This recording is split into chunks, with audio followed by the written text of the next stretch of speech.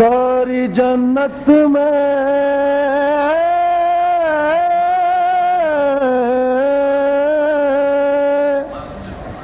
रसूले अज़ली लिखा है, सारी जन्नत में रसूले अज़ली लिखा है, डाली डाली पे अली और वली लिखा है, सब पत्तों पे हसन और कली पर ज़हरा, सुर्ख व फूलों पे। In the name of Allah, the Merciful, the Compassionate, all praises to Allah, the Creator of the universes and their Sustainer, the Provider of believers and unbelievers.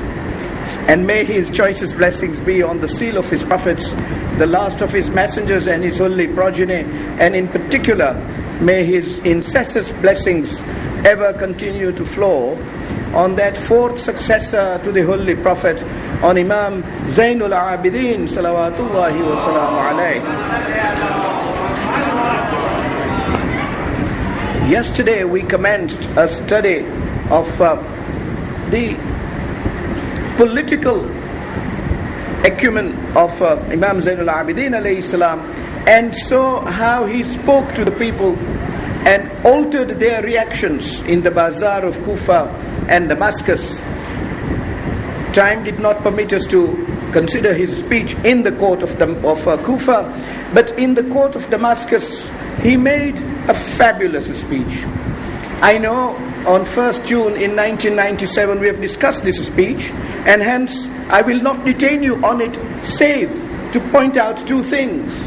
That in that speech he killed two birds with one small stone. I say a small stone because he wasn't permitted enough time to speak. But he said two things in right at the commencement before he could be stopped. He said, Allah has favored us with 6 specialities and has given us 7 excellences. And he set them out. The first he set out was knowledge, ilm. Second was patience, sabr. And the sabr that they had just demonstrated in Karbala was beyond belief.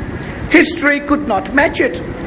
And at that time in the audience were great historians of learning, for Syria was then a place of civilization in matters of art and history. And the third, he said, was bravery. The fourth is eloquence. The fifth is courage.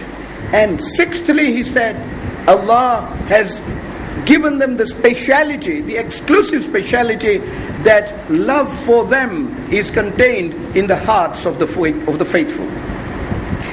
There was no challenge to any of them, but he demonstrated to that public that the family which the Umayyads were out to destroy were at that par excellence level at which they had special qualities which no other family or no other individual could match. That combination of those 6 qualities that would result even in political standards, because love for them in the hearts of the people would ensure political support for them as well. So it was a threat to Yazid from all quarters, because Khilafah, it was generally accepted, would not be attainable without ilm, and piety would not be attainable without patience. And not that they gave their lives out of lack of courage, because that was their speciality, and those who were in Karbala would have noticed that already. But the second thing he did was to give eminence to that family. Till then, Yazid was seeking to show in Damascus in Syria that the Hussein he fought was a rebel. He came from the ordinary families, and his purpose was to overthrow Yazid. Imam Zain al-Abidin said, the excellence we have is that the Holy Prophet is from our family. So that the Muslims could see whose grandson was in fact murdered in Karbala. He says the first speciality we have is that the Holy Prophet is from our family. Secondly, that the highest truth, Siddiqul Akbar, as he called him, Ali ibn Abi Talib, salawatullahi wa salamu alayhi, he said was from his family, so that if there was any link of grudge because of what Imam Ali alayhi salam had done, because of the people he killed in Khaybar, in Khandaq, in Uhud and in Badr, then if this was retaliatory, then the battle in Karbala was not a fair one, because the killings by Imam Ali alayhi salam were in jihad, in defense of Islam. To kill him who killed those who were fighting Islam is to fight Islam, and indeed to kill Islam. So that the motive of Yazid would now be absolutely apparent and manifest. That he and his compatriots were out to kill him who was out to kill the enemies of Islam. And he demonstrated that point vividly. Moved on to Ja'far al-Tayyar. For who could dispute that Ja'far al-Tayyar was flying in heaven on wings? He, of course, had lost his arms in jihad. And the hadith of the Holy Prophet that Ja'far is flying in heavens with wings given by Allah subhanahu wa ta'ala in lieu of the arms that he had lost in jihad. Hadith of the Holy Prophet could not be contradicted. He made the point that Ja'far was from their family, and then he said the fourth luminary is Hamza. Hamza was by then regarded as the lion of Islam, and he indeed, until Karbala, he was Sayyidul Shuhada, the leader of the martyrs. And the hadith of the Holy Prophet, that I am grieved if you come to visit me and do not visit Hamza, made a point to illustrate that, and then said finally, the leaders of the youths of heaven, Hassan and Hussein alayhim as-salam, belong to our family, demonstrating to the people that the one killed was a leader of the youth of heavens, was indeed the grandson of the Holy Prophet. So the whole foil, that whole plot of Yazid to keep a veil over the actual family that was murdered was totally unveiled by Imam Zain al-Abidin alayhi salam in that short speech. I say short speech because by the time this much was illuminated to the public became fully aware of the reality of the situation and the falsehoods of Yazid. And then of course he went further to say, now that he got a breath of a moment, he said, those who know me may know me, those who may not know me should know me, but those who know me should recognize me. And went out to set out his own credentials, saying, Ana abnu Makkatu wal Mina, Ana abnu Zamzamu was Safa. The levels to which he elevated his own pedestal was incredible, because none before him would have had the courage to call himself in that tone. And then went on to say that I am the one whose father was killed in Karbala for no fault. He was killed entirely because he refused to make bay'ah to a zalim, and this is in the court of Yazid, and he was killed without being given water. I am the brother of one who 6 months old was killed. And when this Masaib was started, when this narration of the sufferings of Imam Hussein alayhi salam was started in that court, people began to weep. People began to weep. If it is bid'ah for you to come here and weep on Hussein alayhi salam, then that bid'ah started in the court of Yazid, because the majlis was recited there by Imam Zainul Abidin alayhi salam, and people were crying in that mosque. Seeing that situation, Yazid did not know how to control it. He could not argue back, for there was no argument for him. So, as you're well aware, he calls the muazzin to make an adhan. And the moment adhan started, as Yazid anticipated, perhaps if not himself, his advisors, that the grandson of the Prophet will not speak when adhan is being announced.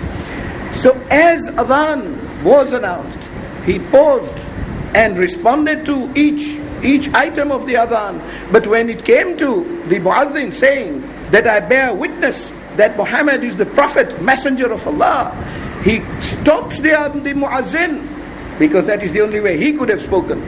Stops him, turns to Yazid and says, "Oh Yazid, tell your people who are here, who is that Muhammad? Was he your grandfather or was he my grandfather? If you say he was your grandfather, you are an unabashed liar. And if you say he was my grandfather, tell them why you killed his grandson."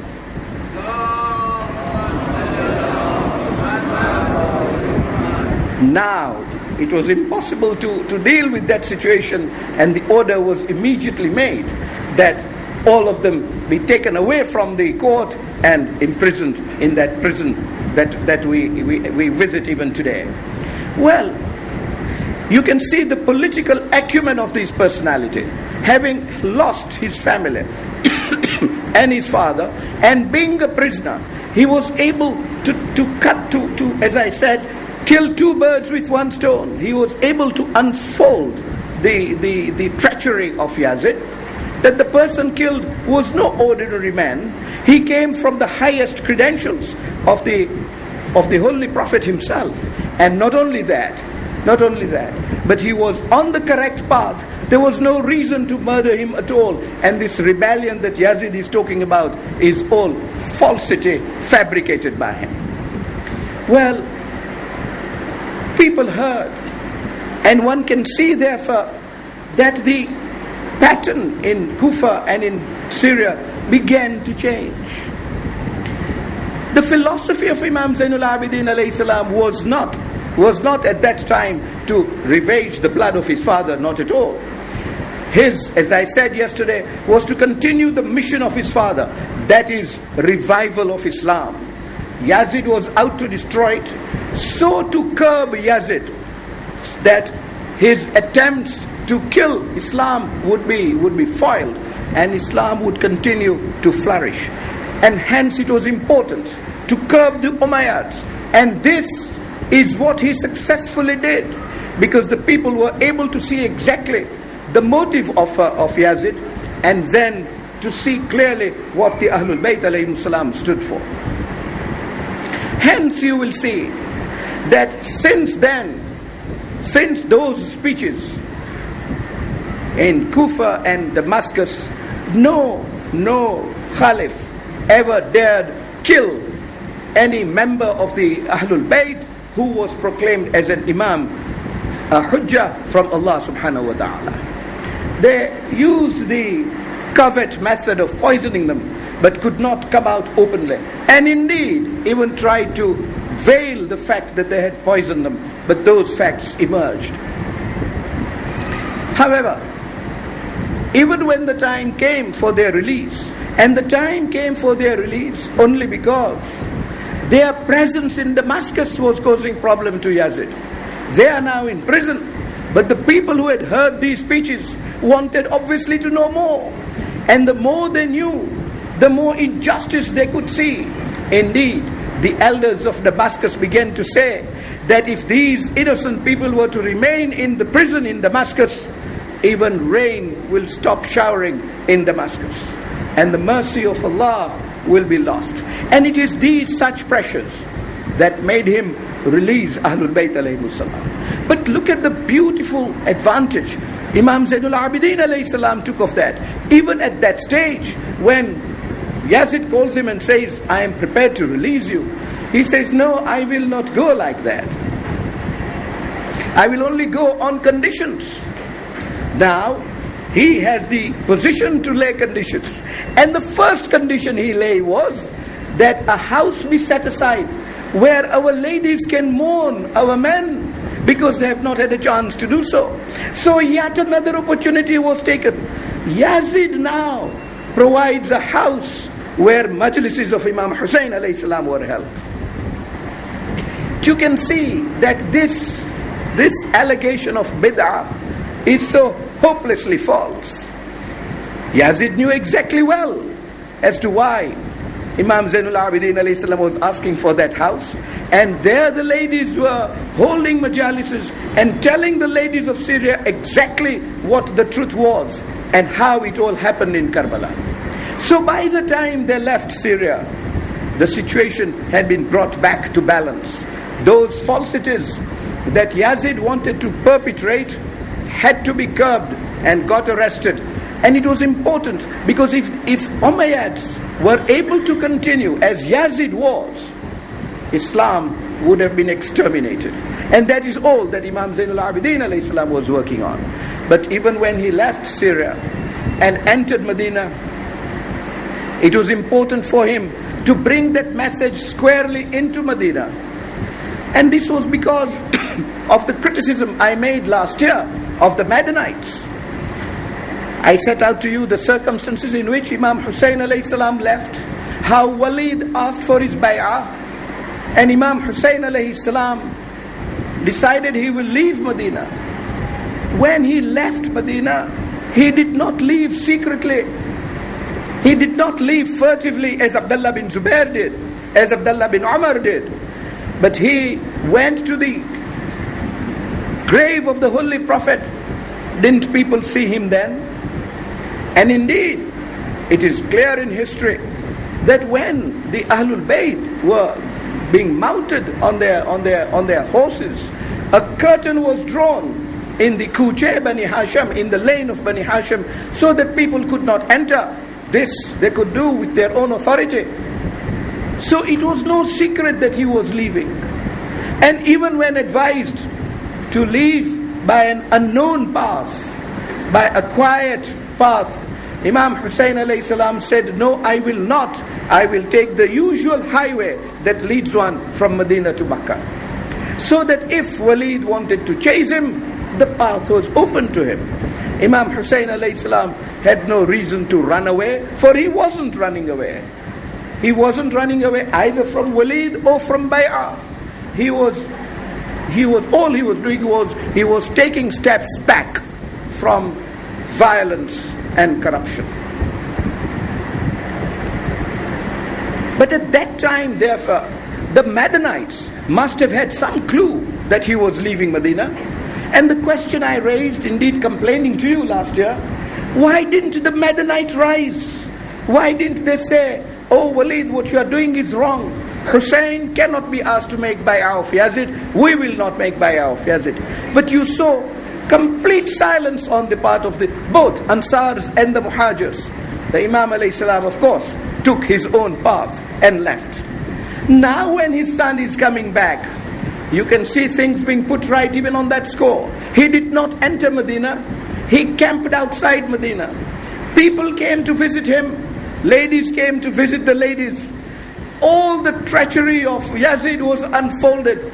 The injustices and the cruelties that were meted out to them, water being cut off from them, Shehzad Ali Asghar being killed in that manner, were all unfolded before they even entered Medina.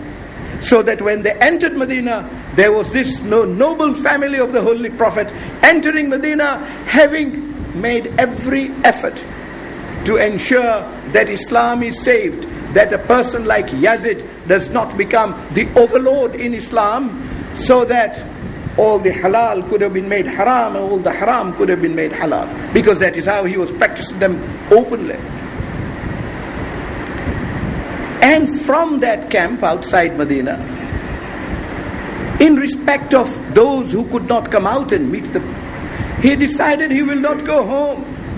He would first go to the graveside of the Holy Prophet. He said, I left from the graveside of the Holy Prophet. I will return there first. And having returned there, he made an open complaint. Now the governor of Medina was receiving total reports of what those complaints were. Historians were recording the complaints. Indeed, the historians who were in Karbala were by now already in Medina to witness what was going on. so that one could see exactly where truth lay. The Madanites found that what the historians were telling them, the journalists were saying, is exactly what the Imam was saying and exactly what the family was saying.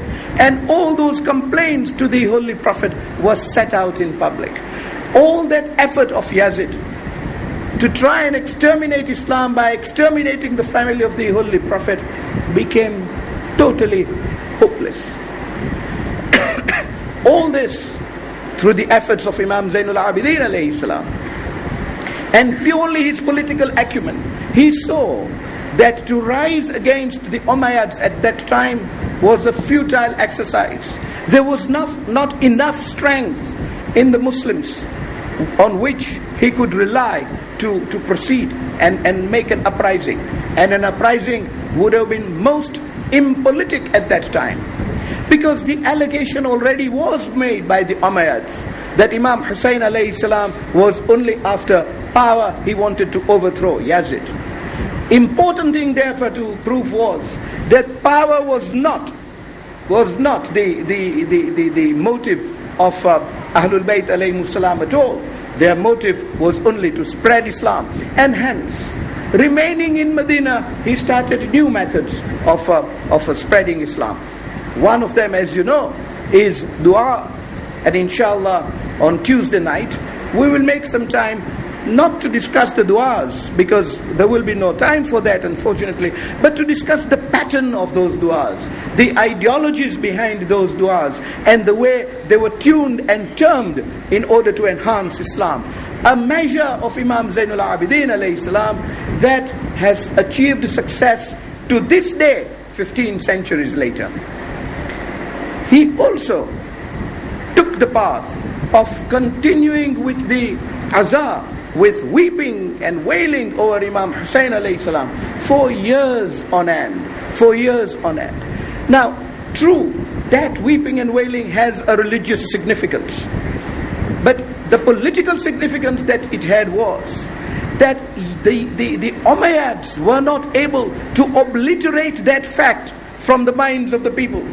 Historians, politicians, as you know, have an art of moving the minds of the people from one issue to another.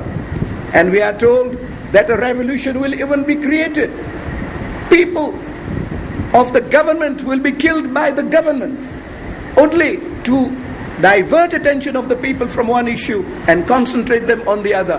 Lest that attempt, and those attempts were made, lest those attempts should succeed, he perpetuated the azar of Imam Hussein alayhi salam, because so long as the martyrdom of Imam Hussein alayhi salam would be remembered, that long Islam would survive. Because the basis and the ethics of that martyrdom was only for survival of Islam alayhi salam forever. And hence the survival of that martyrdom was extremely important.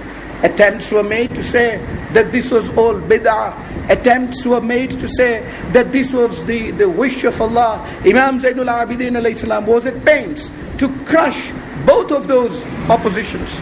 And we shall see, inshallah, in the years to come, how when that propaganda was extended, Imam Jafar Sadiq alayhi salam set forth a hadith on the thawab for sitting in these sittings of adha, and the thawab for weeping on Imam Hussein alayhi salam.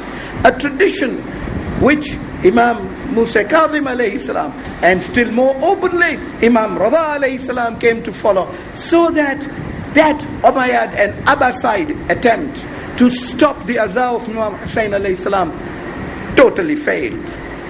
But those two steps that he took were crucial. And he took them purely politically, and took them so wisely, because who could have dared stop him recite a dua?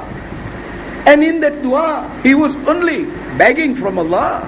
He was only teaching us how to supplicate Allah subhanahu wa ta'ala. But through that medium, a lot of knowledge, a lot of information about divinity, about usul, about the Prophet, about various ahkam, about how we should behave with each other, how we should behave with our parents, how parents should behave with each other, are all set out in a manner that almost makes it an exhaustive thesis by itself. And then, inshallah, on Tuesday night, I will take your time to discuss his Risalatul Hukuk, his treatise on rights. I want to do that with the modern youth in mind, because today the attention of the world is on rights, human rights in particular, human dignity in essence. Well, and we say that we are fortunate to have these charters now that are coming out, and the Geneva Convention lately, and the Charter and the Human Declaration of Rights.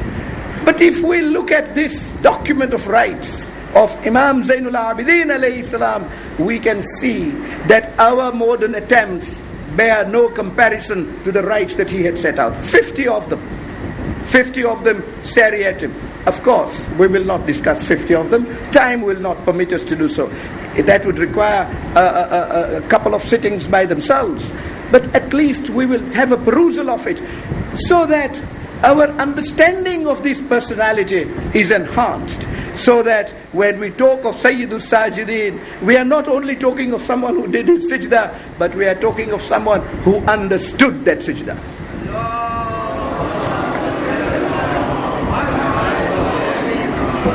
But then, as he continued with his schemes, other people had their own plans.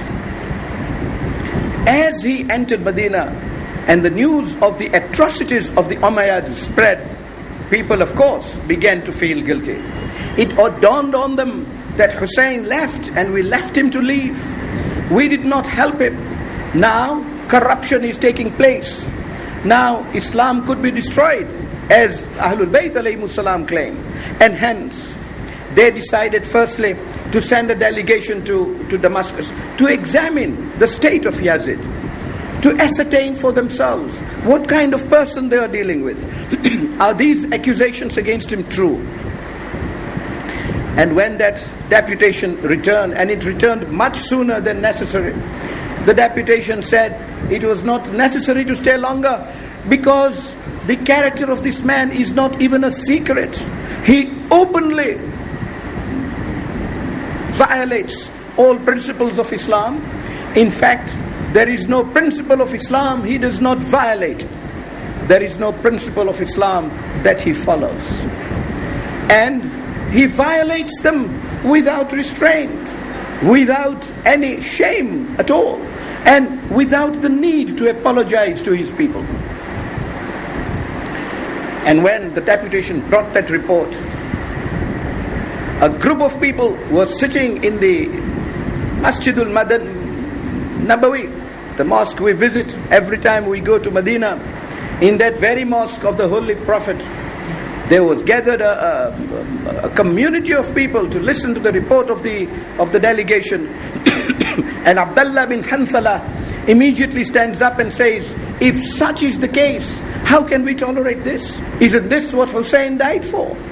And so they decided that they will have an uprising. Of the 5 battles I was talking yesterday, this now is the first. And this is soon after the martyrdom of Imam Hussein alayhi salam. So you can see the effect of that martyrdom. The effect that was brought to light by Imam Zainul Abidin alayhi salam through his political acumen, now challenging, as it were, the might of the Umayyad Empire. And did so quietly. These people are now aroused perhaps in the wrong way, because they were totally unprepared. As you can see in this mosque, they take an immediate decision and they set out in their fury and in their zeal. They catch hold of the governor of Yazid and dismiss him from office, and they inflict punishment on him. Marwan bin Hakam, who was the secretary of Yazid, I mentioned day before yesterday, I think, how Imam did favors to him. At that time, Marwan bin Hakam was deported from Medina. He did not know how to take care of his wife and children. Imam Zainul Abidin alayhi salam gave them shelter. All the Umayyads who were in charge of offices were each treated very badly. Indeed, some of them mutilated, some of them were even killed. And indeed, there was a mutiny in Medina. resulting in the total overthrow of Yazid's power in Medina. And the plan was that from Medina they will move to Makkah, and from Makkah also all the Umayyads would be dealt with severely. Yazid, of course, could not countenance all that, and he sent a huge army. Well, we know how Yazid acts. When Imam Hussein alayhi salam arrived in Karbala, he was with about 70 people. Yet Yazid sent no less than 30,000. Some historians say 120,000 people. An army of 120,000 people to fight 70 or 100 people at the most. Here again, he sent a huge force to meet these Madanites, because he realized that these are people who are fighting for principle and will fight with strength and spirit. They were being led by a ferocious commander called Muslim bin Aqaba. Indeed, it is said that Yazid first offered the commandership to Umar ibn Sa'ad la'natullah, and he declined. He said, after all that I have done in Karbala, I do not have the heart of doing it again in Medina. And indeed, that murderer, Ubaidullah ibn Ziyad, he too refused the commandership. But Muslim bin Aqaba accepted it. So you can see what a hard-hearted, cruel person he was. And when he reached Hurra, which is just on the outskirts of Medina, a stony place outside Medina, he encamped there, and from there he started his battle on the Madanites. He knew no mercy at all. There was no distinction between Madanite and Madanite. There was no respect for any companion of the Holy Prophet. They were all treated ruthlessly. When people began to realize that they did not have the strength to meet that army, they decided they should take refuge at the graveside of the Holy Prophet. So they all gathered in the mosque of Medina. We do that these days also, that when a danger on the community falls, it becomes easier to gather in the mosque, so that there is unity, so that there is greater strength in meeting the enemy. Well, this is what they did. Muslim bin Aqaba had no regard for the mosque of the Holy Prophet. He rode into the mosque, his soldiers on horsebacks, and there they started a carnage. Indeed, Sheikh Abbas Kumi's report is that within that area alone in Masjid al-Nabawi, and he cites the place, Bain al-Haram wal-Mimbar, that is the place which, when you visit today, there is a clear notice to say that this is Rawdun min Riyadil Jannah.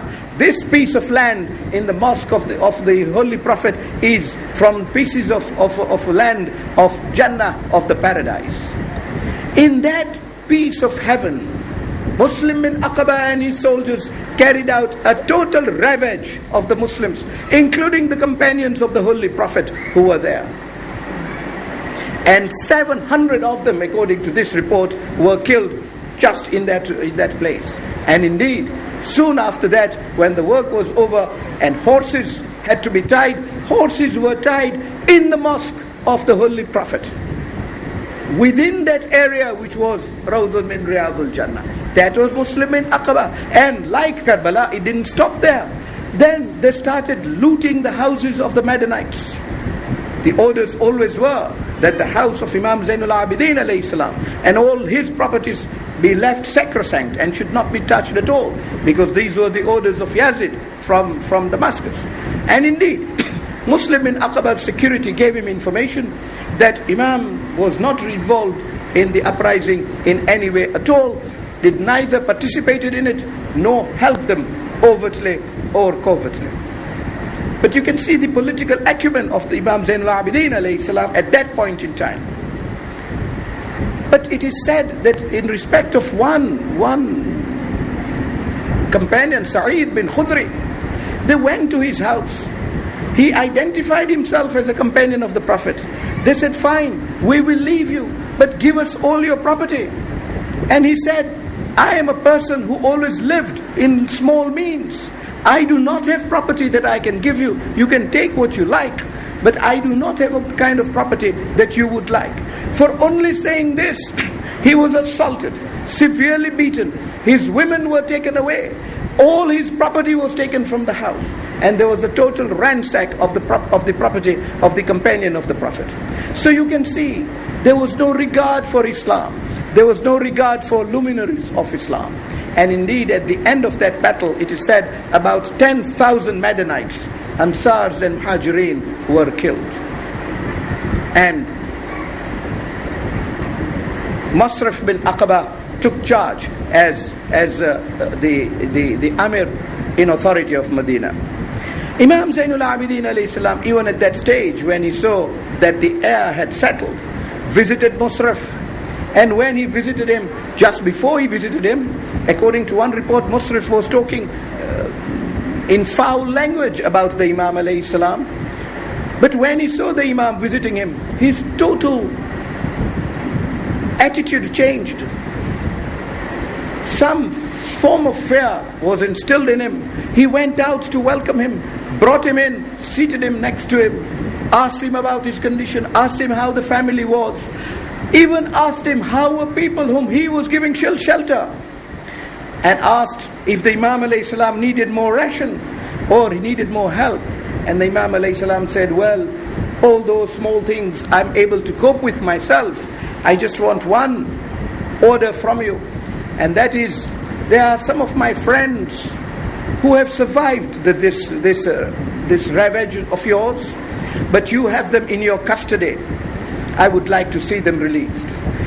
You won't believe it, instant order was made for those people to be released. Imam alayhi salam started giving his orders, gave name after name. History says he uttered 700 names and 700 people were instantly released. Now, politically all that may be in its place. I would like to divert your attention to our faith. When we say that the Imam alayhi salam knows of our sicknesses, knows of our condition, there is palpable proof of it. Who would have brought him all this information in that carnage that took place? Yet he was aware, and he was able to give 700 names off the cuff of each of his friends who was in custody, and each one of them got instant release. That is why we say today that such power exists with our current Imam Sahibul Asri wal Zaman, Ajjalallahu Farajah. But as this finished, the Meccans thought that they had the opportunity to make an uprising. So there was an uprising in Makkah as well. And Abdullah bin Zubair took the opportunity. He, opportunist as he was, took on the Umayyads in Makkah, and by the time Muslim in Aqaba came to Medina, Abdullah bin Zubair was already in authority in Makkah. Imam Zainul Abidin alayhi salam had no share in it at all. He did not participate in that venture at all. And let us examine the political acumen there. Abdullah bin Zubair, although ostensibly a friend of Ahlul Bayt, indeed a Hashemite at that, we always knew he in his own personality was no friend of the Ahlul Bayt. Zubair, as you know, Talha, and with Talha was fighting Imam Ali alayhi salam in Jamal. And we have discussed that in 1999. Last year I said to you how Abdullah bin Zubair was counseling Imam Hussein alayhi salam and was telling him not to go to Karbala, to remain in Makkah at a time when Yazid had already sent people to kill Imam Hussein alayhi salam whilst he was doing tawaf. That was Abdullah bin Zubair. But in order to win authority in Makkah, Abdullah bin Zubair needed strong people. And one of the strong lieutenants he had, indeed, perhaps the most courageous of all his lieutenants and of the outstanding merit, was Mukhtar. And he assured Mukhtar that if he won Makkah, then the next stage will be winning Kufa. And if he won Kufa, Mukhtar would be made the governor of Kufa. And yet, when Abdullah bin Zubair won Kufa, Mukhtar was not made the governor of Kufa. And that was because the aim and the avowed aim, the publicly declared aim of Mukhtar always was that his aim was to kill the killers of Imam Hussein alayhi salam. Why should Abdullah bin Zubair not wish to give authority to Mukhtar if he was a lover of Ahlul Bayt? He would say, yes, that is what I would like to do too. Ostensibly, that was his claim as well. But he put in there someone who was an opponent of Ahlul Bayt alayhi salam, making manifest the wisdom of Imam Zainul Abidin alayhi salam politically in not joining hands with Abdullah bin Zubair when Abdullah bin Zubair rose. But even that did not last long, because Muslim in Aqaba, having obtained success in Medina, moved on to Makkah. And in Makkah, he started shooting right from outside the mosque, and even threw stones at the holy Kaaba. Abdullah bin Zubair was hardly able to control the situation, but it so happened that Yazid died at about the same time. And when Yazid died, and I'm now talking of the 63rd year after Hijrah, when Yazid died, and information came that Yazid had died, these people were no longer interested in Makkah. They left Makkah. They went back to Damascus so that their authority is not disturbed. The third battle then raged in Damascus because politics brewed there. Yazid died. He was succeeded by his son Muawiyah. But this Muawiyah II, was no Yazid at all. He publicly declared that my father was treacherous. His killing Hussein was murder. It was in total contravention to Islam. Killing the grandson of the Holy Prophet was a heinous error. And for that, he apologized to the Ahlul Bayt publicly, and was even seeking means of restoring the Ahlul Bayt to the Khilafah in Damascus. Now the Umayyads could not have ever allowed him to do that. But you can see that those seeds sown by Imam Zainul Abidin alayhi salam in Damascus have produced this plant today. Had those speeches not been made, had those claims not been made as were made by Imam Zainul Abidin alayhi salam, this son of Yazid would never have come to know what the truth of the matter was. But he was now able to apologize for it. Now the Umayyads felt that if this boy is allowed to continue in power, maybe Ahlul Bayt will come back. Imam Zainul Abidin alayhi salam made no hurry about it. He remained in Medina in his political silence, teaching the Quran, reciting du'as, recalling the sufferings of his father. All that engendered faith, and engendered sympathy for Ahlul Bayt, and engendered true following of the Shias for Ahlul Bayt alayhi salam. But on the other side, Marwan bin Hakam started his machinations, and he caused this boy to give up, this son of Yazid to give up the Khilafah in 40 days, and soon after that he died. You can well imagine how he must have died. But a battle ensued. Various people stood up to claim authority.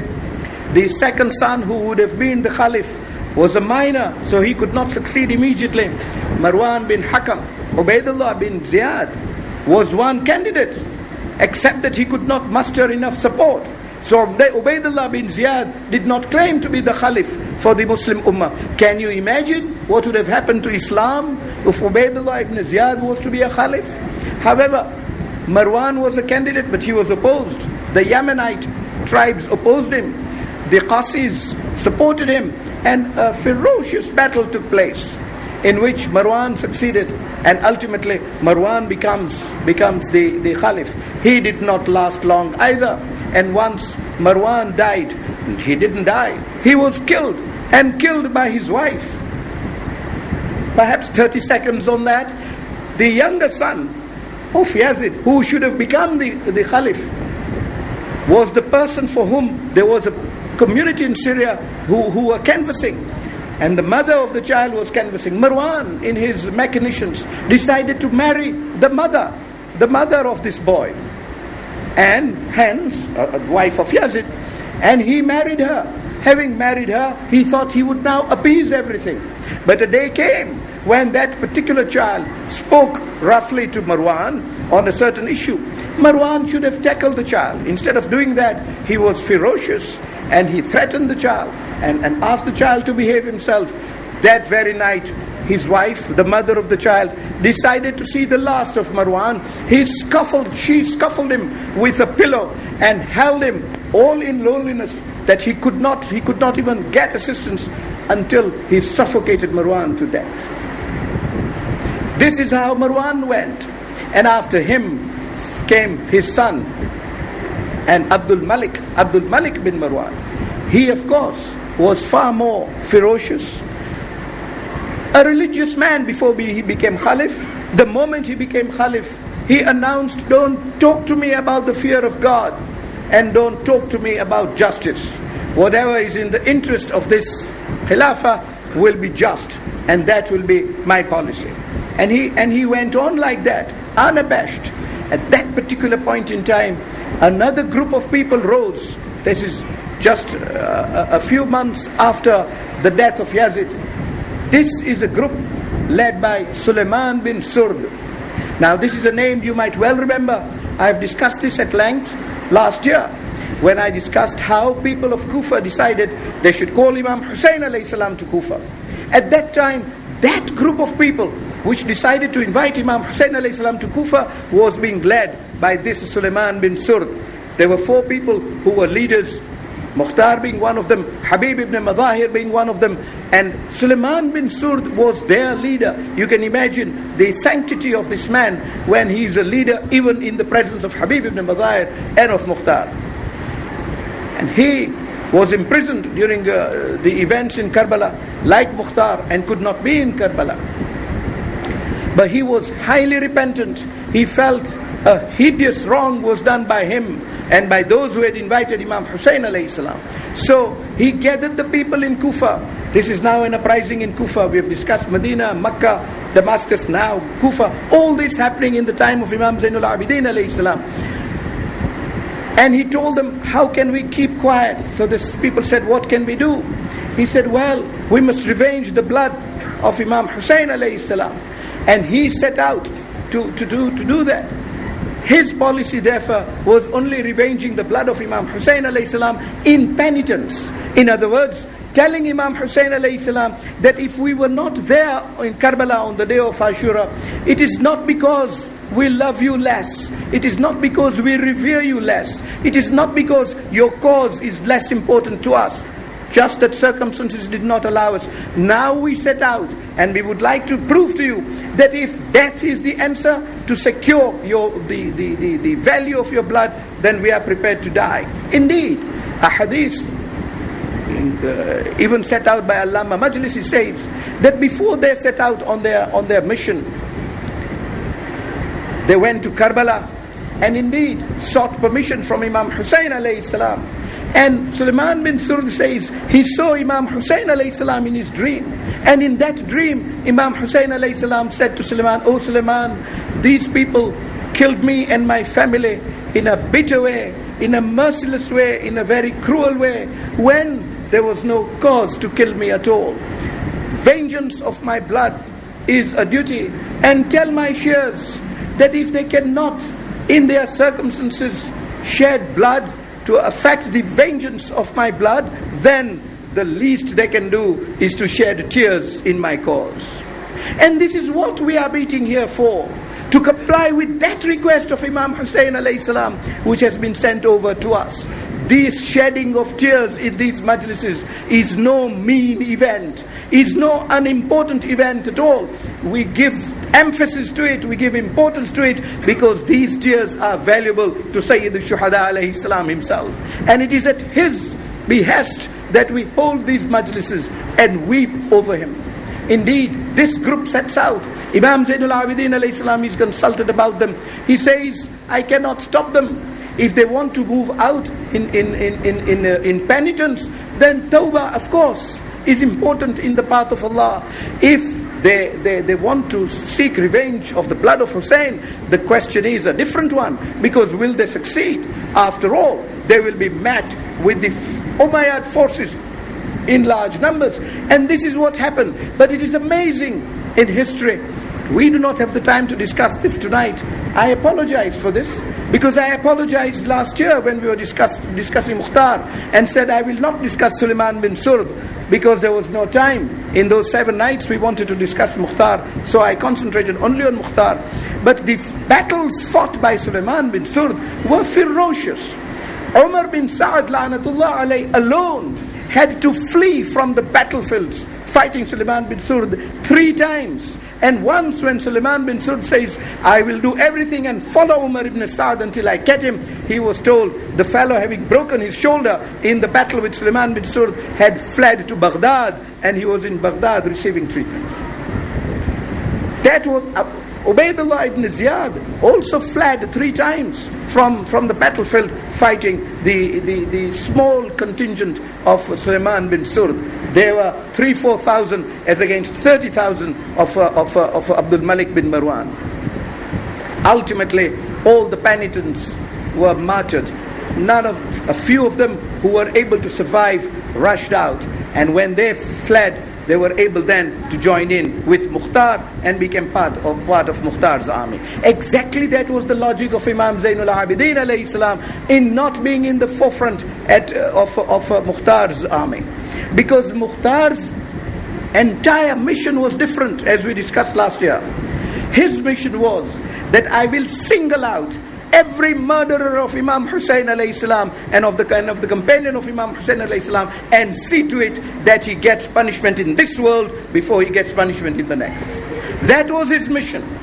Now, that was too narrow a mission for a person like Imam Zainul Abidin alayhi salam. He was not after revenge. He was after the cause of Islam. To the extent that Mukhtar would have been able to weaken the Umayyads and to weaken their stand against Islam. Mukhtar's cause would have helped the cause of Islam and the cause of the 4th Imam alayhi salam. But that he knew was not going to happen. The concentration was going to be on the other side. Mukhtar fought, as we discussed. Ultimately Abdullah bin Zubair was the person. After all, and you can see why the Imam never joined his group at any stage. Abdullah bin Zubair sent his brother Munsab, who went and fought Mukhtar. Indeed, Munsab entered Kufa, conquered Kufa, and indeed, not only conquered Kufa, ultimately managed to become the governor of Kufa.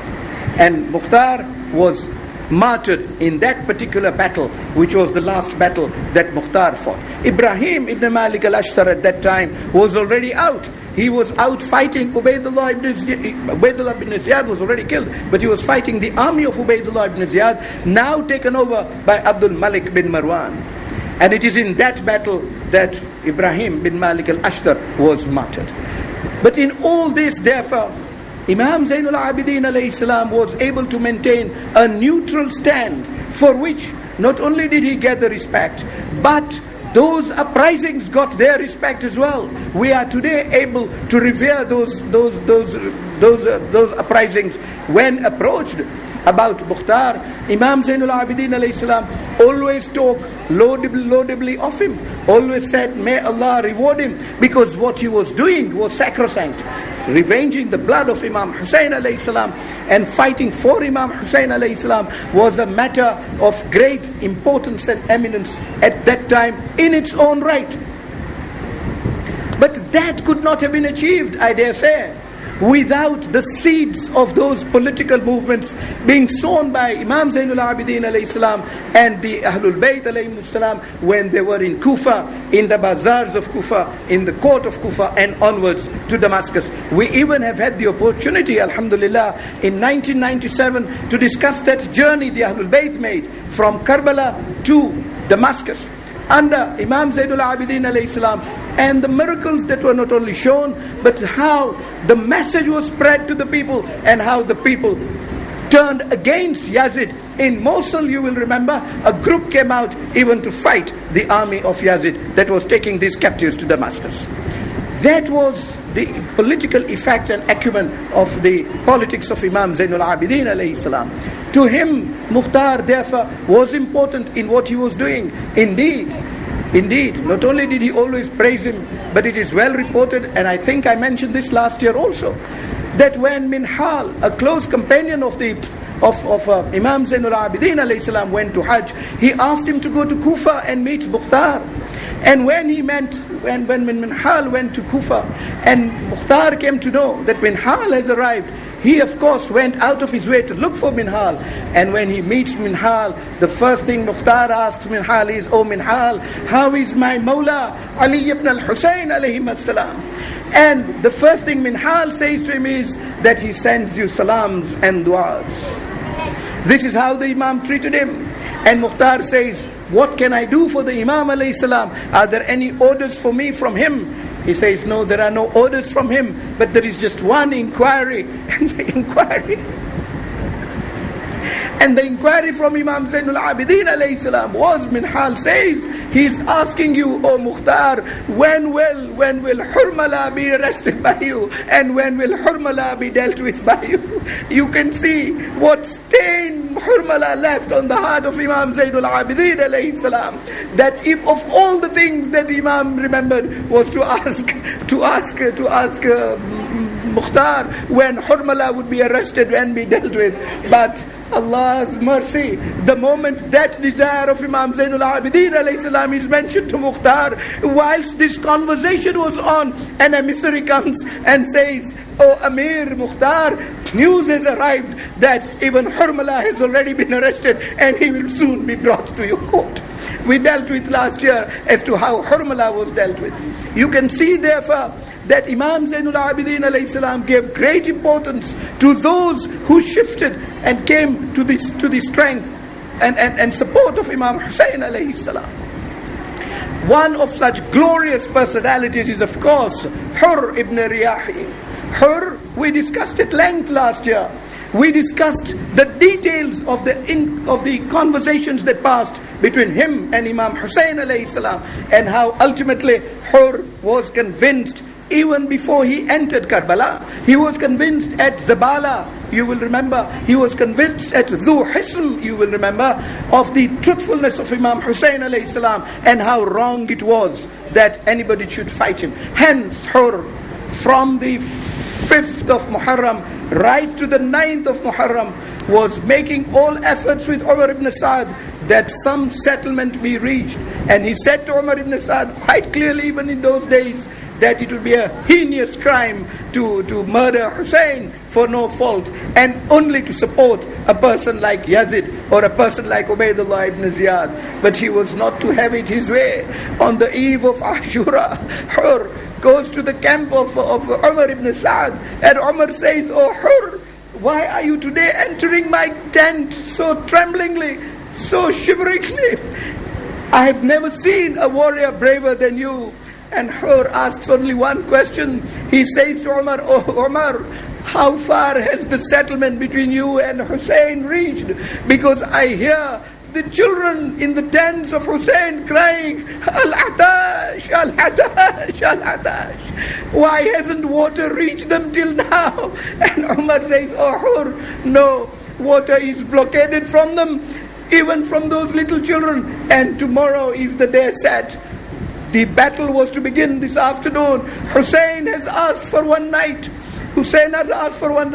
And tomorrow at dawn, we shall start the battle against Hussein." Hur says no more, turns round, turns out, and says to Allah, "Oh Allah, this night has been given to me as much as it has been given to Hussein. Me, I have to decide tonight whether I will go to heaven or whether I will take myself to hell. Allah, you will guide me towards the right to the right steps and make my steps steadfast." So saying, he moves to his camp. He finds his guard there. The guard says, "Hur, why are you in this stage?" And the guard reports that all that Hur told him was that I now find myself in a center path, one leading to heaven, one leading to hell, and so I am in this state. It is that interim period for a man, when even a genius, when he is between insurrection and salvation. His son comes over to him, Ali, and says, "Father, you are in this state." And he says, "Yes, Ali, tomorrow There will be a battle between right and falsehood. There will be a battle between justice and injustice. If you want to go to heaven, come with me, because I will be going to Hussein and I will be fighting for Hussein. Ali was then surprised, but he could see the cause of his father and the justice in it. He follows his father the next morning towards the camp of Imam Hussein alayhi salam. Nearing the camp, when Hazrat Abbas alayhi salam saw people coming, vigilant as he was, he came forward and stopped, told Imam Hussein alayhi salam, who was sitting outside his tent, that a person and an assistant are coming along, and I'm out to confront them so that they don't come close to you. Imam Hussein says, Abbas, you can't confront them. That is Hur coming, and Hur no longer an enemy. Hur is coming as a friend. But Abbas, do go to Hur, but welcome him to me. You will find he is tied in his hands by his son. Open that handkerchief. I do not want to meet Hur with his hands tied. When Abbas therefore meets Hur and tells him this, Hur says, no, Abbas, I will go in this way and I will go on my knees to Hussein, because these sounds of Al-Atash have been caused by me. I have caused these children to be without water. I brought Hussein here. How can I go to him with open hands? With what face do I meet Hussein? Abbas says, no, no order of my Mawla can be disobeyed. The battle between you and me will start now on this, because I will open this handkerchief. And indeed, Abbas opened the handkerchief, but Hur went to Imam Hussein alayhi salam with his hands still tied, asking for forgiveness. Hussein says, Hur, open up your arms for the mercy of Allah, so that you receive it. Oh Hur, I am ashamed. You are talking of the thirst of the children. I am ashamed about your thirst. What a host am I today, that my guest would come and I would not even be able to give water to him. When battle started, this is why you find one of the first people to be martyred was Hur. But Hur says to his son Ali, what is there? What faith do I have in this world? You go and die first. It is when you have died that I will go to die. History records that when Ali, the son of Hur, fights and is ultimately martyred, and he is killed and shouts for his father, Ya Abati Adrikni, Imam Hussein alayhi salam gallops forth. He does not even let Hur get to the son, Imam Hussein alayhi salam, and therefore Hazrat Abbas alayhi salam reached to the body of Ali first. Imam Hussein alayhi salam consoles the son of Hur. When Hur comes, Abbas is holding Hur. He is brought to the body of the son. The son is still alive. Hur converses with Imam Hussein first, saying, Mawla, you took the trouble to come to the body of this servant even before I left. Imam Hussein said, oh Hur, I know what the death of an 18-year-old son means. I know that suffering, and I know your feeling. I couldn't have left you alone at this moment of time. Hur, you need a companion like me at this time to sustain this loss of this young son. We turn round to Imam Hussein alayhi salam tonight and say, Ya Sayyid al-Shuhada, when Shehzad Ali Akbar was breathing his last, you were indeed alone. How did you take that suffering? We remember that suffering till today. We salute you for it today. But how did those few moments pass on? ألا لعنة الله على القوم الظالمين وسيعلم الذين ظلموا أي منقلب ينقلبون إنا لله وإنا إليه راجعون رحم الله من يقرأ الفاتحة.